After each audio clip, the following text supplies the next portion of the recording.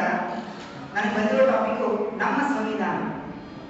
100 ಮಂದಿರ 3 ಸಾಗರ ದೈವ ಶಾಸ್ತ್ರವಿದ್ದೊಡೆ, 100 ಮಂದಿರ 3 ಸಾಗರ ದೈವ ಶಾಸ್ತ್ರವಿದ್ದೊಡೆ, ಸಿಂಧು ಬಿದ್ದೊಡೆ ಗಂಗೆ ಬಿದ್ದೊಡೆಗೆ ಹಿಮಾಲಯ ಬಿದ್ದೊಡೆ, ಸಿಂಧು ಬಿದ್ದೊಡೆ ಗಂಗೆ ಬಿದ್ದೊಡೆಗೆ ಹಿಮಾಲಯ ಬಿದ್ದೊಡೆ, ವೇದ ಬಿದ್ದೊಡೆ ಶಾಸ್ತ್ರವಿದ್ದೊಡೆ ಗಣ ಪರಂಪರೆ ಬಿದ್ದೊಡೆ, ವೇದ ಬಿದ್ದೊಡೆ ಶಾಸ್ತ್ರವಿದ್ದೊಡೆ ಗಣ ಪರಂಪರೆ ಬಿದ್ದೊಡೆ, ಏನು ಸಾರ್ಥಕ ಸಂವಿಧಾನವು ಪಾಲು ಮಾಡದೇ ಇದ್ದರೆ ಎಂಬ ಅದ್ಭುತ ವಾಕ್ಯದಂತೆ ಭಾರತದ ಸಂವಿಧಾನವು ಭಾರತ ದೇಶವು ಯಾವ ರೀತಿ ನಡೆದುಕೊಂಡು ಹೋಗಬೇಕು ಅಂತಕ್ಕಂತಹ ರೂಪರೇಷೆಗಳನ್ನ ನೀತಿ ನಿಯಮಗಳನ್ನ ಹಾಕಿಕೊಟ್ಟಿರ್ತಕ್ಕಂಥ ಒಂದು ಚೌಕಟ್ಟಿಗೆ ನಾವು ಸಂವಿಧಾನ ಅಂತ ಕರಿತೀವಿ.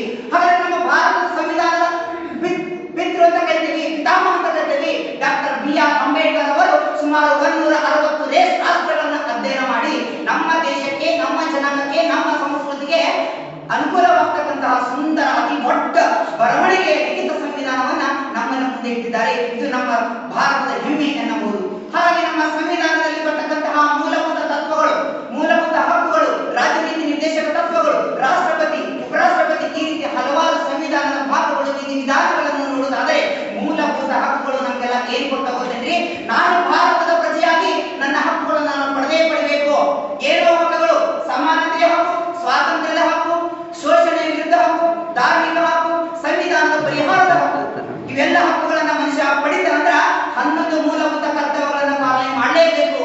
ಹಾಗಾದ್ರೆ ಆ 11 ಮೂಲಭೂತ ಕರ್ತವ್ಯಗಳು ನಮ್ಮ ರಾಷ್ಟ್ರಧ್ವಜ, ನಮ್ಮ ರಾಷ್ಟ್ರಗೀತೆಯನ್ನು ಗೌರವಿಸುವುದಾಗಿರ್ಬೋದು, ಅಥವಾ ನಾಗರಿಕರನ್ನಾಗಿ ಬಾಳುವುದಾಗಿರ್ಬೋದು, ನಮ್ಮ ಸಂಸ್ಕೃತಿಯನ್ನು ಎತ್ತಿ ಹಿಡಿದಾಗಿರ್ಬೋದು, ಈ ರೀತಿ ಕರ್ತವ್ಯಗಳನ್ನು ನಾವು ಪಾಲನೆ ಮಾಡಲೇಬೇಕಾಗುತ್ತದೆ.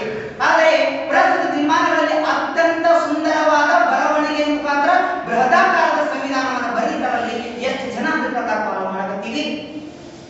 ಮೀಸಲಾತಿ ಬಂದಿತ್ತು ಸಂವಿಧಾನದಲ್ಲಿ. ಮೀಸಲಾತಿ ಭಾರತ ಅಂಬೇಡ್ಕರ್ ಅವರು ಏನ್ ಹೇಳಿದ್ದಾರೆ, ಸಂವಿಧಾನ ಇಂತಿಷ್ಟು ಮೀಸಲಾತಿ ಇಂತಿಷ್ಟು ಅವಧಿವರೆಗೆ ಮಾತ್ರ ಇದೆ ಅಂತ ಹೇಳಿದ. ಆದ್ರೆ ಇಲ್ಲಿವರೆಗೂ ಮೀಸಲಾತಿ ಅಂತಕ್ಕಂತಹ ಒಂದು ಕೆಟ್ಟ ಆಲೋಚನೆಯನ್ನು ತಂದು ಪ್ರತಿಭಾವಂತ ವಿದ್ಯಾರ್ಥಿಗಳನ್ನಾಗಿರ್ಬೋದು, ಪ್ರತಿಭಾವಂತ ವ್ಯಕ್ತಿಗಳನ್ನಾಗಿರ್ಬೋದು ರಾಜಕೀಯ ವ್ಯವಸ್ಥೆಯಲ್ಲಿ, ಒಂದು ಹುದ್ದೆಯ ವ್ಯವಸ್ಥೆಯಲ್ಲಿ ನಾವು ತರುವುದು ಆಗ್ತಾ ಇಲ್ಲ.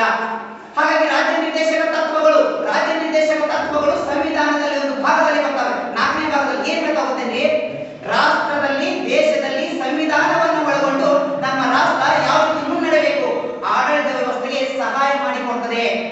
ಅದಕ್ಕೆ negative thinker is difficult in opportunity, negative thinker is difficult in opportunity, but positive thinker is opportunity in the every difficulty.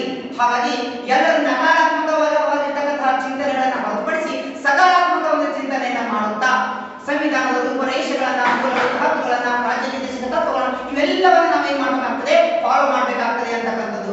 ಚುಕ್ಕಾಣಿ ನೀಡತಕ್ಕಂತಹ ಭಾರತ ರಾಷ್ಟ್ರಪತಿಯನ್ನ ನೇಮಕ ಮಾಡಬೇಕಂದ್ರೆ BR ಅಂಬೇಡ್ಕರ್ ಯಾಕೆ ಕೊಡ್ತಾರೆ? ನಾವು ನಿಮ್ಮೆಲ್ಲರ ಕೈಯಲ್ಲಿ, ಆದ್ರೆ ನಾವು ಈ ಭ್ರಷ್ಟಾಚಾರ, ಲಂಚ, ನಿರುದ್ಯೋಗ ವ್ಯವಸ್ಥೆನ ಬಂದು ಲಂಚ ಹೆಂಡಕ್ಕೆ ಮನಸೋದು ಆಯ್ಕೆ ಮಾಡಿ ಎಂತಿಂತವರನ್ನು ಆಯ್ಕೆ ಮಾಡಿ ಈ ನಿರುದ್ಯೋಗ ಸೃಷ್ಟಿ ಮಾಡುದು, ಬಡತನ ನಿರ್ಮೂಲನೆ ಮಾಡಕತ್ತಿದ್ದು ನಮ್ಮ ನಿಮ್ಮೆಲ್ಲರ ದುರ್ದೈವ ಅಂತ ಹೇಳಕತ್ತಿದ್ದು ಇಷ್ಟಪಡ್ತೀನಿ. ಏನಿದೆ ನಿರುದ್ಯೋಗ? ಎಲ್ಲ ಎಜುಕೇಶನ್ ಅನ್ನು ಪಡ್ಕೊಂಡಿದ್ದೇವೆ, ಆದ್ರೆ ಉದ್ಯೋಗ ಮಾಡಲು ಎಲ್ಲ ಅರ್ಹತೆಗಳನ್ನು ಒಳಗೊಂಡು ಆದ್ರೆ ಉದ್ಯೋಗವನ್ನು ದೊರದೇ ಇರ್ತಕ್ಕಂಥ ಸ್ಥಿತಿಗೆ ನಿರುದ್ಯೋಗ ಅಂತ ಕರಿತೇವೆ.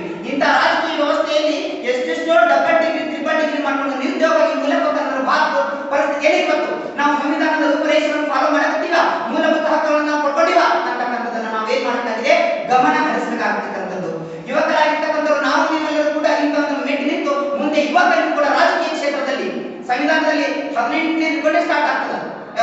ಸಂವಿಧಾನ ಗ್ರಾಮ ಪಂಚಾಯತ್ ಮಟ್ಟದಲ್ಲಿ ಪರೋಪಕಾರಕ್ಕೆ ಗಿಡ ಮರಗಳು ಹಣ್ಣು ಕೊಡ್ತವೆ, ಪರೋಪಕಾರಕ್ಕೆ ಗಿಡ ಮರಗಳು ಹಣ್ಣು ಕೊಡ್ತವೆ, ಹಸುಗಳು ಹಾಲು ಕೊಡ್ತವೆ.